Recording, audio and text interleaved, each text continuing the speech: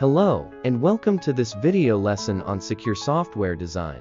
In this lesson, we will cover essential aspects of secure software design, including secure interface design, architectural risk assessments, modeling, security properties and constraints, data classification, reusable secure designs, and more. Let's dive in. Security implementation begins with requirements and becomes built in if designed as part of the design phase of the Secure Development Lifecycle (SDL).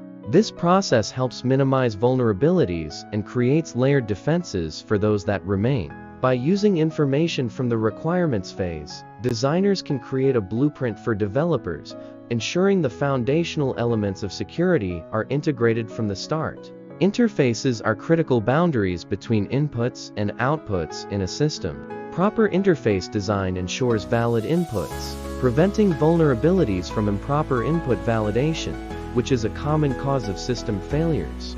Logging is essential for integrating security management within an enterprise environment. Design teams need to plan how log data will be accessed and managed, considering various methods like in-band and out-of-band management. Architectural risk assessments identify flaws in software architecture and extend this to risk associated with information systems. Early risk identification allows for design-based remedies without impacting delivery schedules. Using standard risk assessment methodologies, risks are prioritized based on their impact, and mitigations are developed for high-priority risks. Non-functional requirements include security, reliability, resilience, performance, maintainability, scalability, and usability. These are crucial for system attributes and must be integrated into the design. Constraints on the design help ensure compliance with legal and operational standards. Understanding the types of data structured and unstructured is vital. Structured data, like databases, is organized and easily searchable. Unstructured data like emails and documents requires more sophisticated management. The type of data influences the method of securing it. Structured data can be easily encrypted and managed, whereas unstructured data may need specialized tools for navigation and security. Reusing code can save time and ensure quality, but introduces risks if compromised modules are reused. It's crucial to evaluate and secure reusable components. Develop a secure library of reusable components, validate them for functionality and security, and integrate them into a comprehensive risk management strategy. Types of credentials include passwords, digital certificates, biometrics, and tokens, each requiring unique management. X509 certificates are used for secure key exchange and binding identities to public keys. Understanding the fields in an X509 certificate is essential for managing digital identities. Single sign-on SSO allows users to access multiple applications with one set of credentials, using protocols like Kerberos and SAML.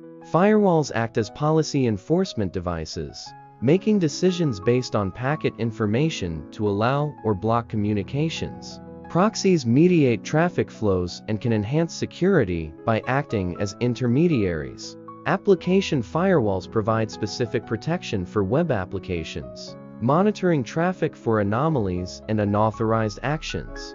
Data loss prevention DLP solutions screen traffic to prevent unauthorized data transfers, acting as a last line of defense in protecting sensitive information. Implementing DLP involves dealing with complex network paths and encrypted data streams.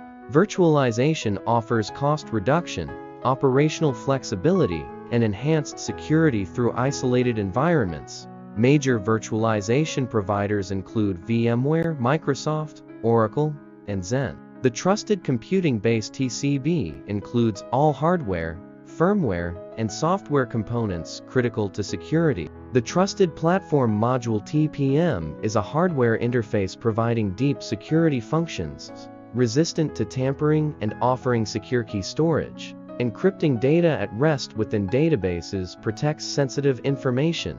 Consider the sensitivity of data elements and compliance requirements when creating an encryption strategy.